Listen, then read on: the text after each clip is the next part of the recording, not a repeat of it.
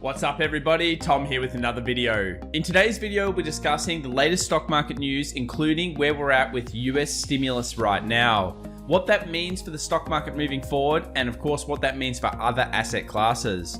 We'll also be talking about our technical analysis levels for the S&P 500, Bitcoin, Nasdaq, gold, and US dollar. We've got some really large moves on some of these cross currencies right now, and these become important because, of course, they're trading opportunities. Let's see which one goes to the moon and which one comes back down to earth. Stay tuned.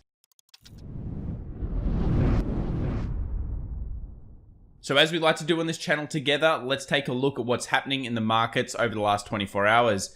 A mixed bag to say the least yesterday. You can see by this chart that nothing was really standout and nothing was necessarily incredibly bad. We still see this real decline in Intel, and I think that's a bit of a story of when things have a bad earnings season or a bad earnings report, just be careful of trying to buy the dip too fast. Look for accumulation. We've talked about that a lot in previous videos. Let's have a look at the broader markets right now and what happened on each one of them. The Nasdaq ended up down 0.6, Dow Jones down 1.0, and the S&P 500 down 1%. When we have a look at the sectors, this was actually driven by the sector that had been holding up the best, being the energy sector. It's based on what we've been seeing in terms of a spike in cases in the US, and of course the shuddering and stuttering that's going on in Europe, declining in demand, offset, of course, by that vaccine hopeful news.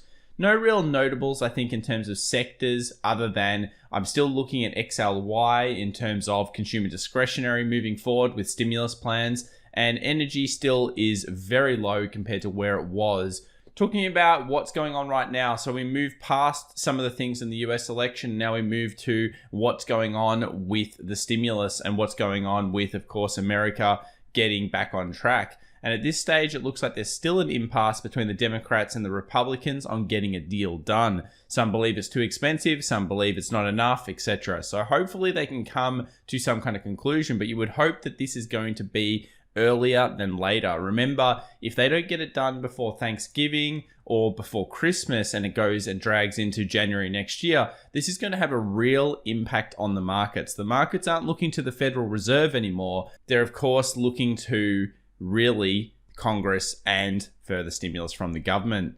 Another thing that's interesting is Disney suffered, of course, its first annual loss in more than 40 years, but of course the stock will jump as the losses are not as bad as feared. So many people would know that I'm a bit of a fan of Disney on this channel in terms of at certain prices, and it's good to see that the stocks are back above 140 and seem to be probably holding that consistently for the time being.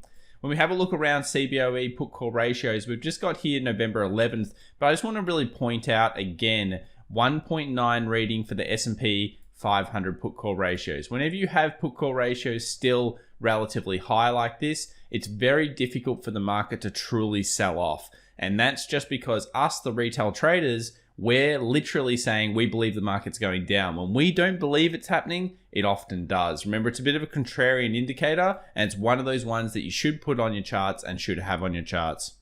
When we're talking about what else is going on right now, dollar index. Dollar index actually acting very technically in the last 24 hours. We had that area of basically consolidation, really great market structure. Market structure was broken and closed against, which created some further buying opportunity. It hit up here a little bit higher, and then it's come back since then and reached the previous level where it's hit the 20 exponential moving average, previous resistances, found some support, and now it's moving up. For dollar bulls, we now need to see, of course, a break close above here, and then that will trigger into most likely 93.50 as the US dollar likes to go to these zones. And if we get past 93.50, of course, to the 94. For dollar bears, all you're really looking at is a new low below this point here, and then all the way back down to these 92.20, possibly even 92 levels. There's two key areas in the middle of this zone. Really, you're probably more bullish than bearish, but of course, underneath this area down here,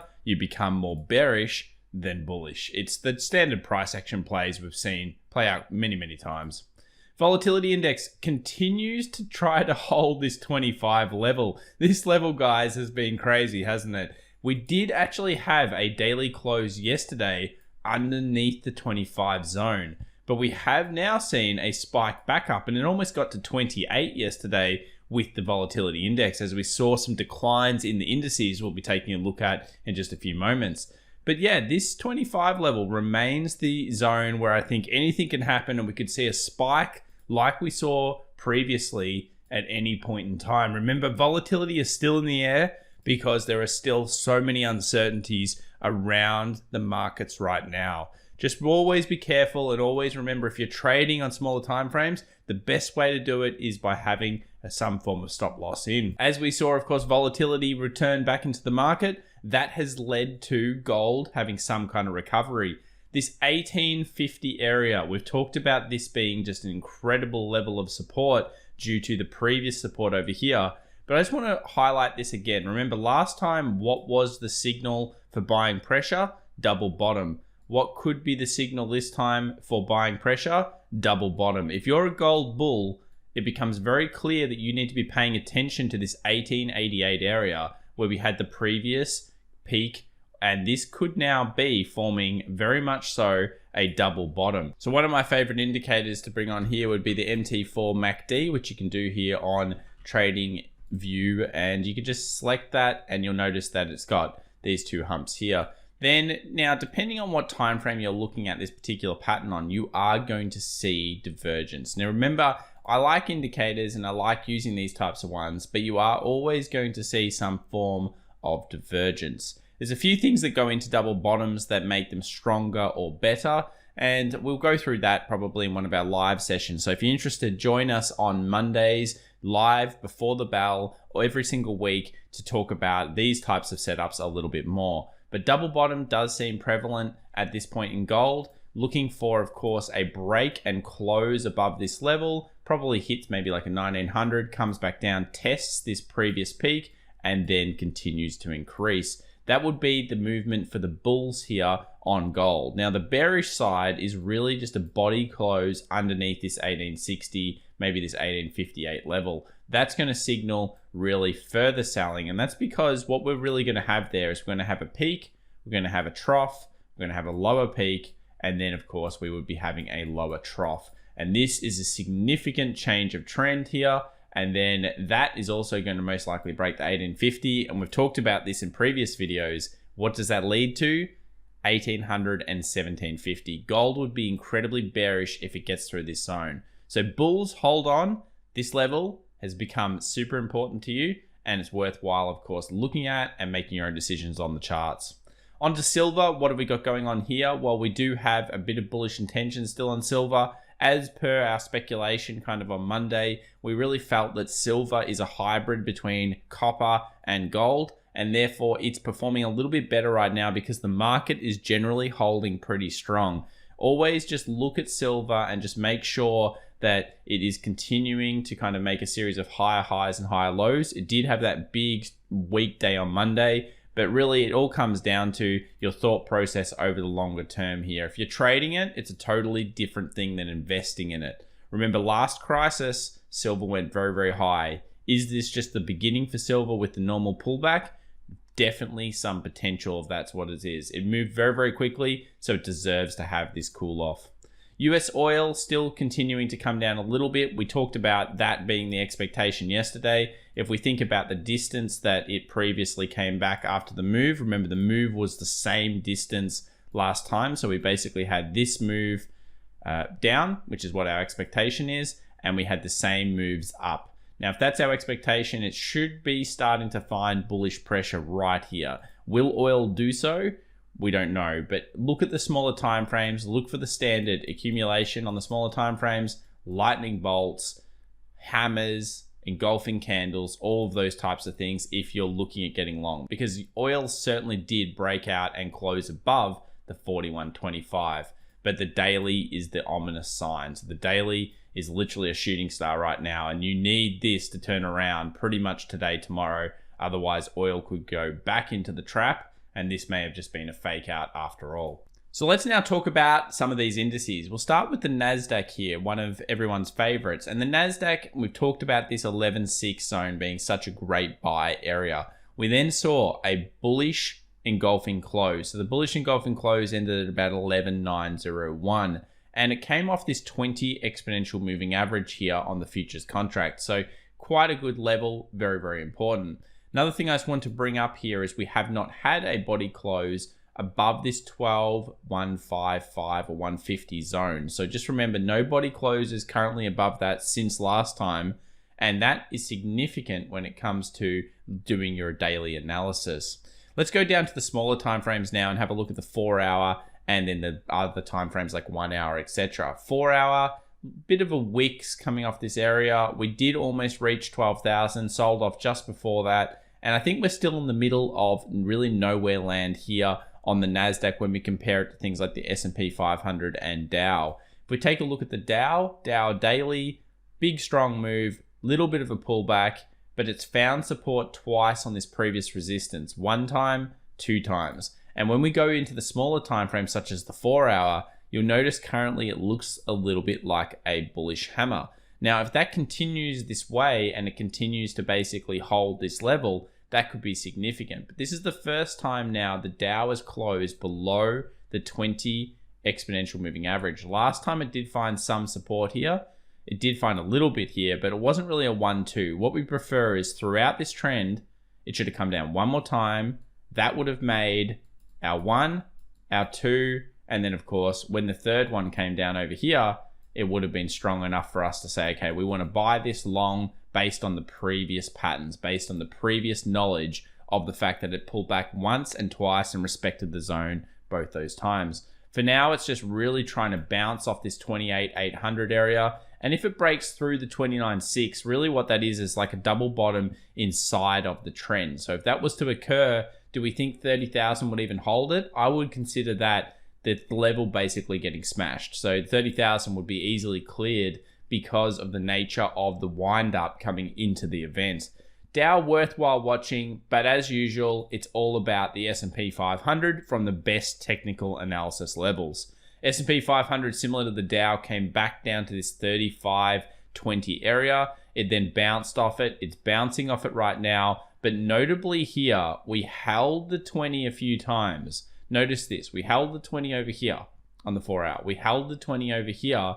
And then we held the 20 with an engulfing candle and then failed. So this usually would have been a pretty good buy zone. This shows me there is definitely some weakness here in the market due to stimulus concerns and due to everything else that's going on in the world right now. Overall, we still have that little bit of an intervening peak kind of here between this 35.80 zone. This actually gives you more upside room as well than the Dow. So if it did come back through, break up here, what do we expect? Well, I think this is one of those ones where you go in and you consider it more from a smaller time frame, maybe an hour or an intraday kind of chart. And you'd say, okay, market goes up, breaks up above, comes back down, retests the previous peak, and then of course continues up towards maybe that 36.75 kind of peak over here.